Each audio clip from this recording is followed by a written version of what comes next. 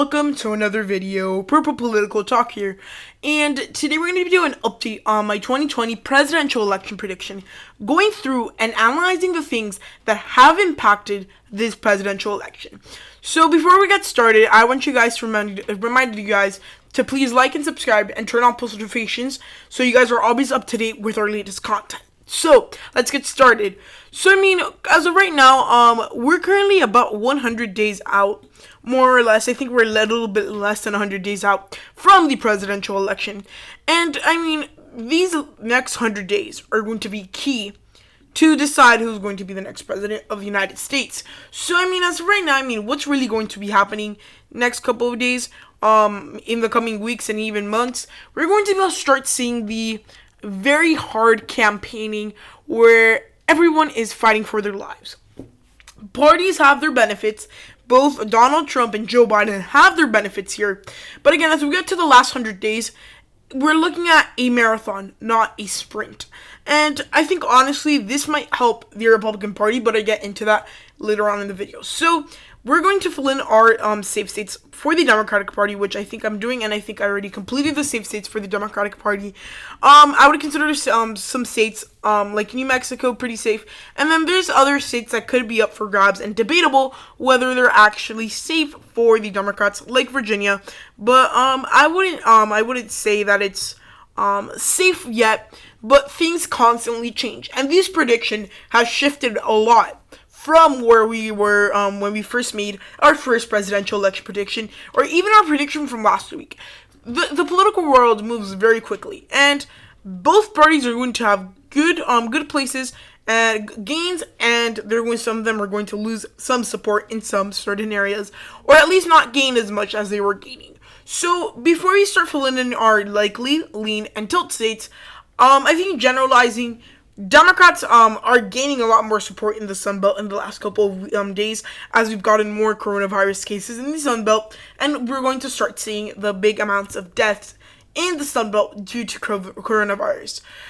Where are the Republican Party doing? Where are they doing good? The Republican Party right now is excelling in the Midwest. That is their strong suit right now. Are they still going to win the race? Maybe, maybe not. But they're still gaining support there, which is good. When they're losing a lot of support in very crucial areas like Florida, North Carolina, and Arizona, that does not help. So at least they're gaining somewhere else. But we're going to go through and talk about the specifics about each state. So we're going to start by going through our Democratic likely states. And at this point, there are a couple. So we have the state of Nevada, we have the state of Colorado, Virginia at this point as well, the state of New Hampshire, and I would also say the state of Minnesota. This is what I would put in the likely margin, and likely for me is 5 through 15 points of victory. So these states are pretty much in similar scenarios. All of them have constantly been trending Democratic, first of all. And, the support for Biden here is very big. You have areas like Nevada and Virginia, which suburbs, and Colorado as well, I would say, that suburbs are very strong for Biden at this point, along with minorities, which are somewhat bigger in Colorado and Nevada rather than Virginia. But also, it's just very good sentiment for the Democrats in these states. And honestly, these states are going to be crucial states for the Democrats. They lose these, they do not win the election. So, I think as of right now, maybe Nevada and Colorado are a little bit less, they're the most solid out of the likely states. And I think, honestly, Minnesota, Virginia, and New Hampshire do have minute chances of flipping from the Democratic column. And if you guys haven't noticed, if Donald Trump won every single other state in this map, which he won't, it would be an exact replica of 2016. So I think, honestly, that's one big thing we're going to be seeing. Just a lot of Democratic trend. I wouldn't be surprised if this year was a wave year for the Democrats. That would be its own video, but that really would help the Democrats in these places to solidify margins. And I think one place, Democrats are a little confident, but I think they should be focused on it a little more, is the state of New Hampshire. I have a feeling Democrats will forget a little bit about the state of New Hampshire because they have all these marquee races that they really want to focus on. North Carolina, Florida, Georgia, Ohio, the Rust Belt, and they're forgetting about some crucial areas. That kind of leads to the 2016 Democratic effect on the Rust Belt, But I mean, they have a solid hold on it, and considering that there's a popular senator running for re-election, many different factors go into these races, Joe Biden shouldn't have a problem winning in the state of New Hampshire, though, I mean, it could end up getting closer as we get closer to Election Day. That is one big caveat I have to say. The election changes so constantly that we have to look at things as they are right now. As we get closer to Election Day, definitely this map is going to look drastically different, and we might see states that are going to go by a bigger margin for one party or go by a lesser margin for that one party or another. So those are our Democratic likely states, and let's go on to our Democratic lean states. So right now, or Republican likely states. My bad. So I mean, as of right now, there are a couple, but they're not a lot. So I mean, at this point, I would say Alaska and Texas. In this scenario, I mean, regular scenario, just election prediction. Right now, I would say they're in the likely Republican column. A lot of people would debate that, especially Texas, is in the lean column, but I will get to that right now. So, I mean, the state of Texas, yes, it's definitely been trending Democratic, and yes, the demographics are really favoring the Democratic Party. But I think there's a couple things we must note here.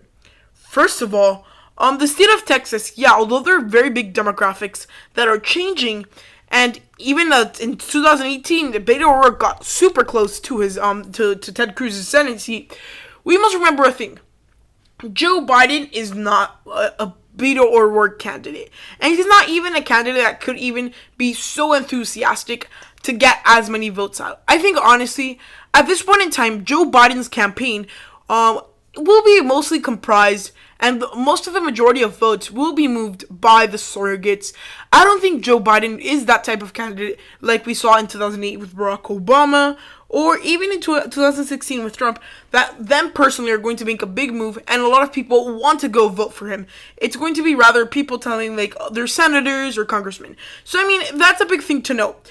In states that are very solidly for one party, and they're starting to trend the other way, Joe Biden alone is not going to be able to flip the state. He's going to need help. And I honestly think that all the help he can get and stuff, it won't be enough for him to flip the state. Texas is a solid red state. It's trending a lot more Democratic, and it can even easily go blue in 2024 as early as that. But I feel like Donald Trump still has his solid base here. And pretty much I would say that, considering that in 2024 we're going to start seeing very big demographical changes, the state of Texas might be in play, but I honestly think Donald Trump will win it by around 5 to 6 points. And in Alaska, it's a thing that a lot of people do not know when making predictions. Alaska is actually a lot closer than people think. So, I mean, historically, it's just been Alaska. Alaska has a somewhat odd political kind of system. So, in Alaska, they do have their general Democratic and Republican parties. But, I mean, the thing is also that there's a big third-party presence in the state of Alaska. I mean, Gary Johnson in 2016 got 5% of the vote here, which for third-party candidates, eliminating Evan McMullen in Utah, that's a lot. And then some of these smaller, more obscure parties got pretty much like 1% of the vote, which is actually somewhat good for third-party candidates in the United States. But I think it's just also that Donald Trump is not as popular in the state of Alaska. Yeah, he's still probably going to win because at its core, it is a Republican state. Margins are going to narrow up, especially because Joe Biden is, or was, maybe some people would say, a moderate candidate. And we're going to get into Joe Biden's change in status of his candidate and his political ideology. Nonetheless, I think honestly Alaska is a state that could easily come into play. But Donald Trump has a pretty solid hold on the state at this time.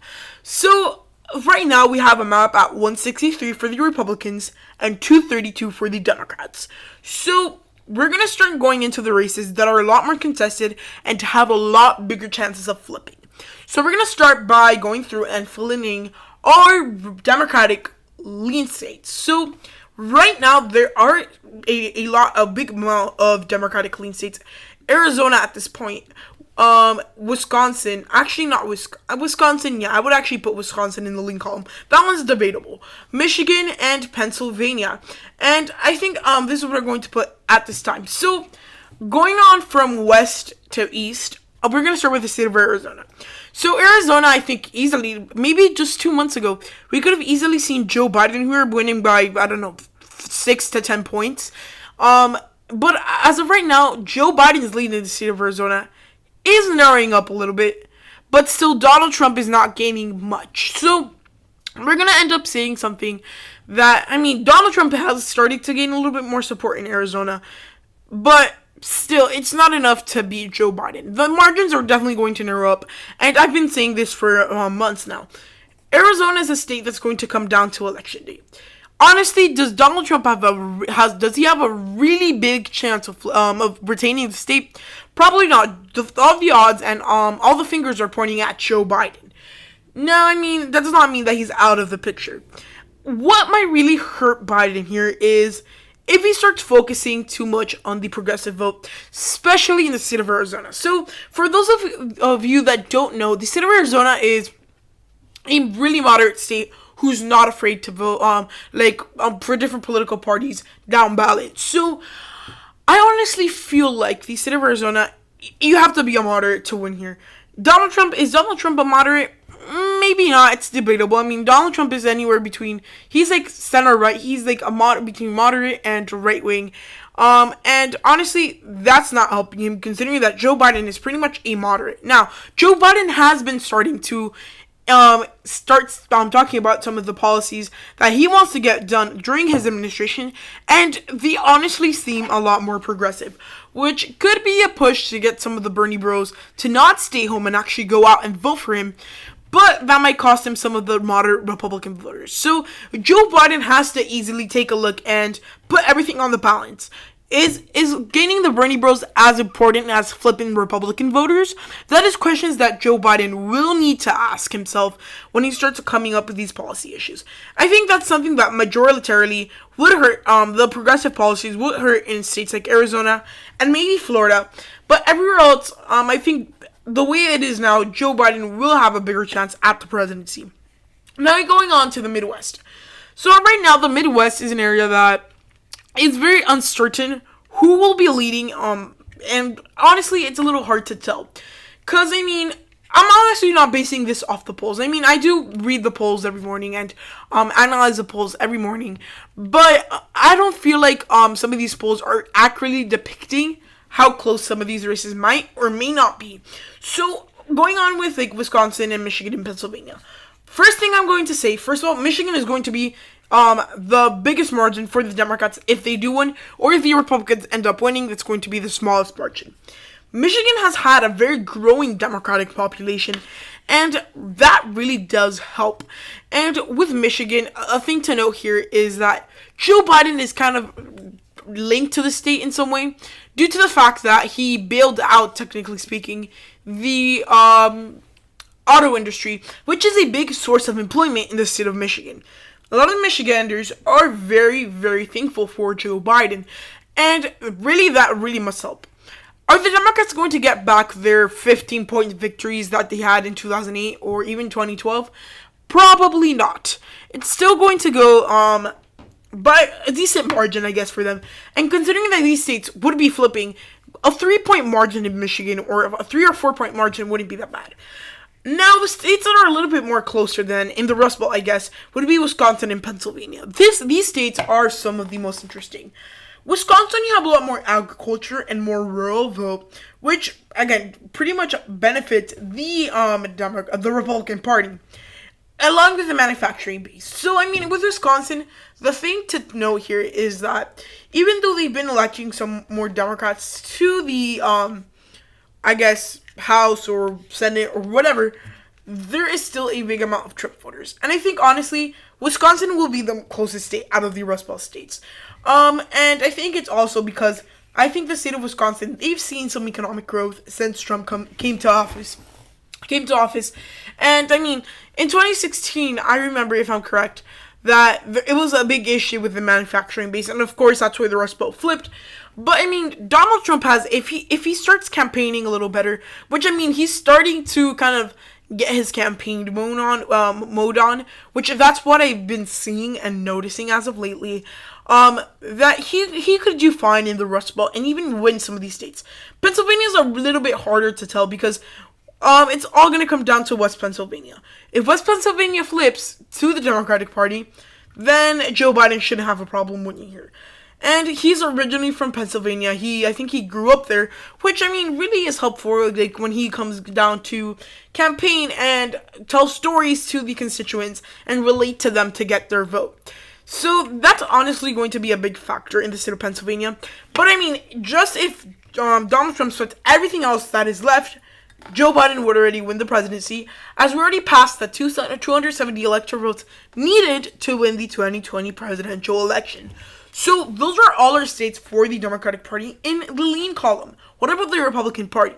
So right now there is a couple, and I would honestly say that the districts are looking pretty solidly for the Republican Party. Does that mean it's going to go by safe or likely margins? No, it's going to go by a lean margin, I think. But these two districts, they're often overshadowed how conservative they are. Or conservative is not a good word for it, I would say. But it's a weird thing, because it's kind of the same effect we see with the Bernie Bros. Especially in Nebraska's district. But with Maine, it's a very conservative district. And I think, honestly, Donald Trump would easily carry that again. Probably at 3 to 4 points. But, I mean, it's pretty rural. But, again, you still have the moderate voters, which might go and help Biden. But Maine's district is a lot more conservative than Nebraska. So, what's the deal in Nebraska? Honestly, the thing to watch in Nebraska is that, honestly, it's progressive. The Democrats that vote there, it's either they vote for the progressive or no one at all. This case, it would be the no one at all option because Joe Biden is not progressive. Where would this help? By this help, I mean, Joe Biden is technically, like I said, when I was discussing the state of Arizona, going a little bit further left and having some of these issues that you would have seen someone like Bernie Sanders have. That might help him here. Because just think about it. Historically, who are the candidates that have won here? I mean, Barack Obama recently won here in 2008. And it's because he was the liberal candidate, the progressive candidate.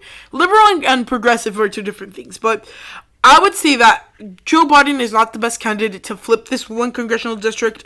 Is it something the Democrats should be dying to do? Probably not. They have some better places to allocate their resources. But, I mean, if Bernie Sanders was the nominee, I think he would have easily won here.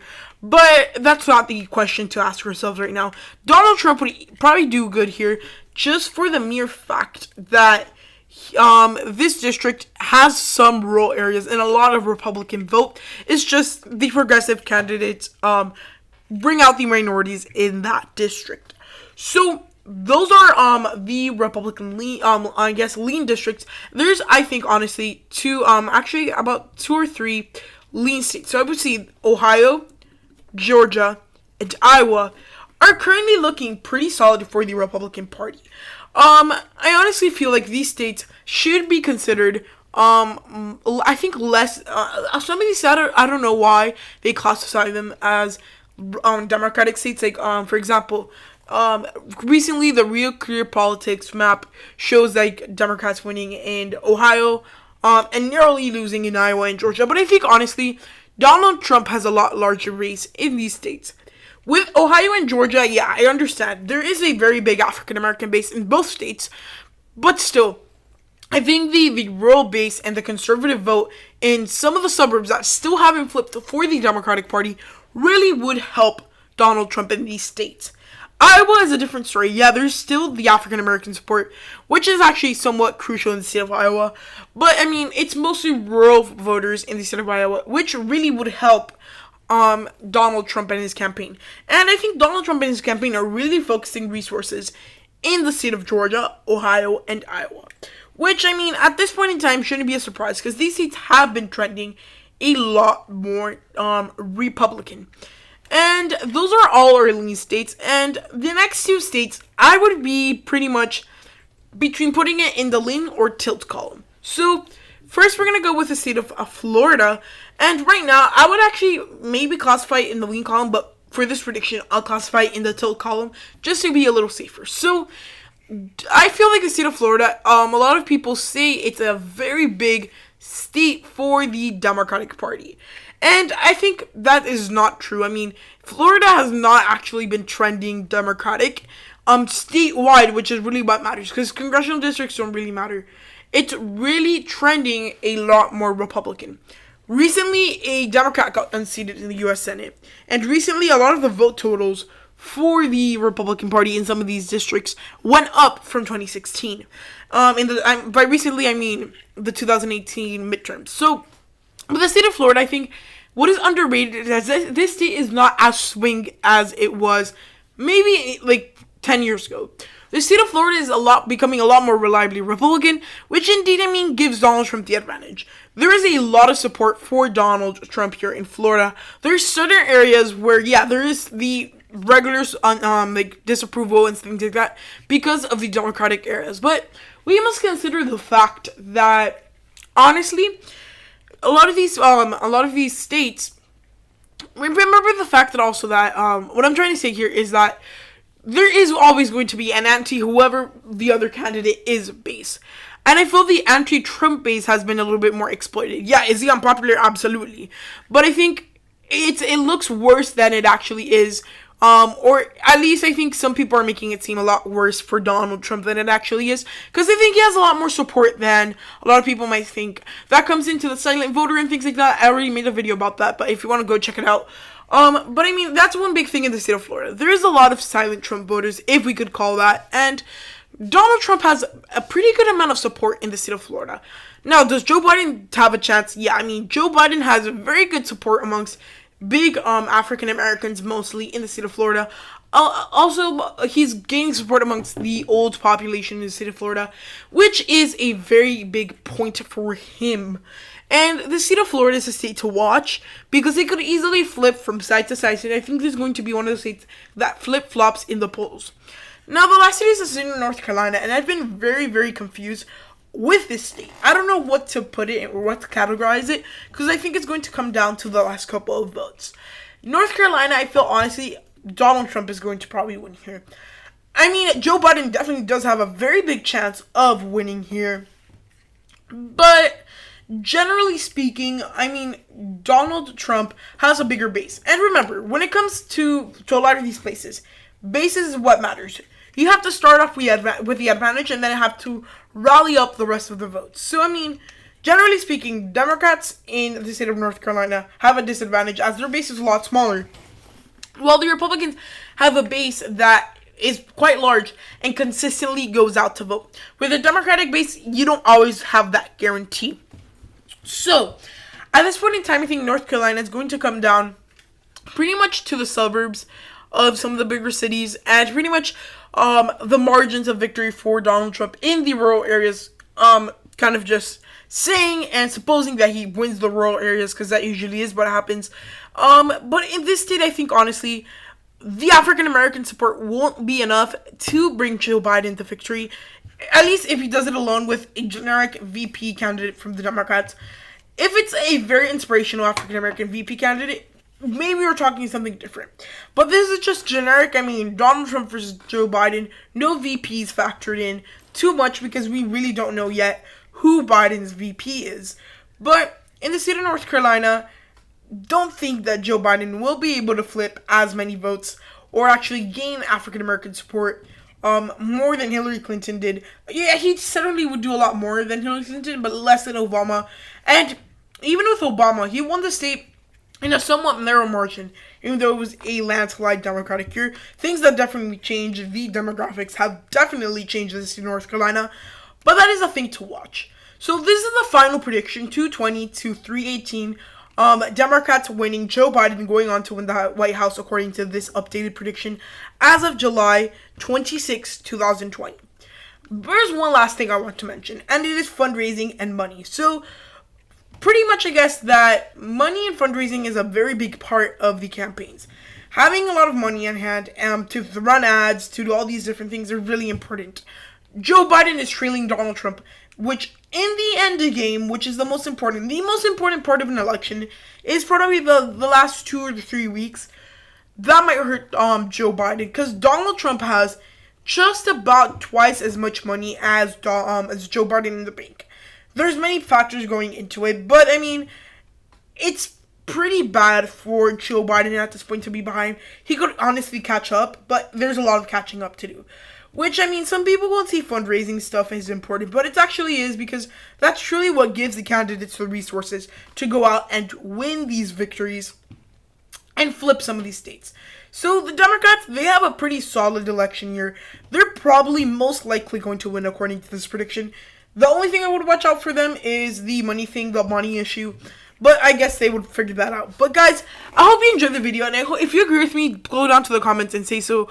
If you don't, just also go down to the comments and say so. I really want to discuss with you guys what you guys think, what you guys agree with, what you guys disagree with. And yeah, so the final prediction is 220 for the Republicans, 318 for the Democrats. And guys, I hope you enjoyed the video.